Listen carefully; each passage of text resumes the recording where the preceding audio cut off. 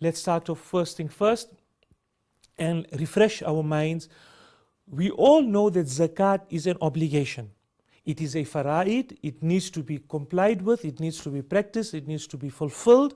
Like the other fara'id of Islam, zakat being the third fara'id of Islam, it is an obligation on those who possess the Nisaab. And the Nisaab, in a nutshell, is the amount of wealth that you possess at a particular point in time, which we will call your zakat calculation date. And if you possess that amount on that particular date, then all your wealth on that particular day is zakatable.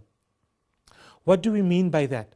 What we are saying, and I'll illustrate it by way of an example, and we did use this example last week, but we will use it again. The Nisaab, let's assume that the Nisaab is 5,000 Rand. And last Ramadan, on the 10th of the Ramadan, which was your date that you chose to calculate your zakat, and this Ramadan, on the 10th of Ramadan, if your amount that you had, if the Nisaab amount was 5,000 and you had under Nisaab last Ramadan, and you got the Nisaab amount today, then in the first case, you are not liable to pay zakat. Let's take the second example. You held the Nisaab last year, and this year, your Nisaab or your wealth is under the Nisaab amount, which is 3,000, you will not pay zakat. And in the third example, you will pay zakat because you've got the Nisaab and more, and you will then pay zakat on the total value of your wealth on hand today. And in the last example, you may have started off with 25,000 last year, but you've got 5,000 today. Because the 5,000 is equal to or more than the Nisaab, and that's the total value of your wealth today, you will pay zakat on the 5,000 Rand that you have on hand. So what is zakat?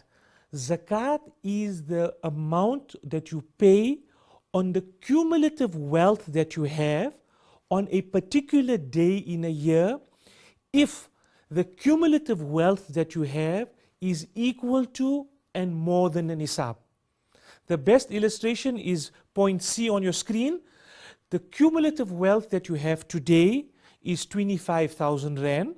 Because 25,000 Rand is more than or equal to the Nisaab, you will pay zakat on the full 25,000 Rand and not only on the 5,000 Rand as is indicated in point C, on point D on your screen.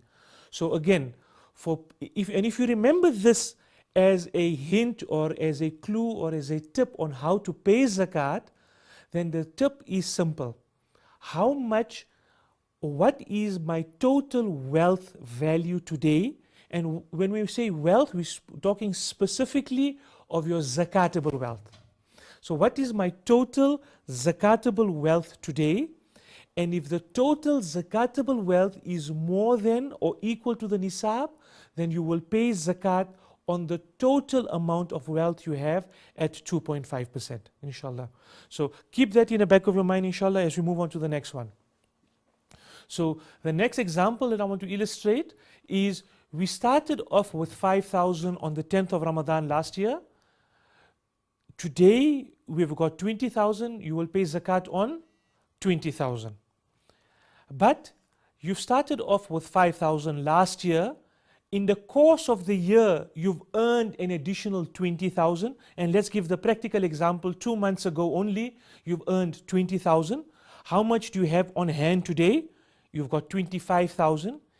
Even though you've only earned the 20,000 2 months ago, because you've held the Nisaab for a year, the 5,000 is consistent throughout the year, you will pay zakat on the full 25,000 Rand.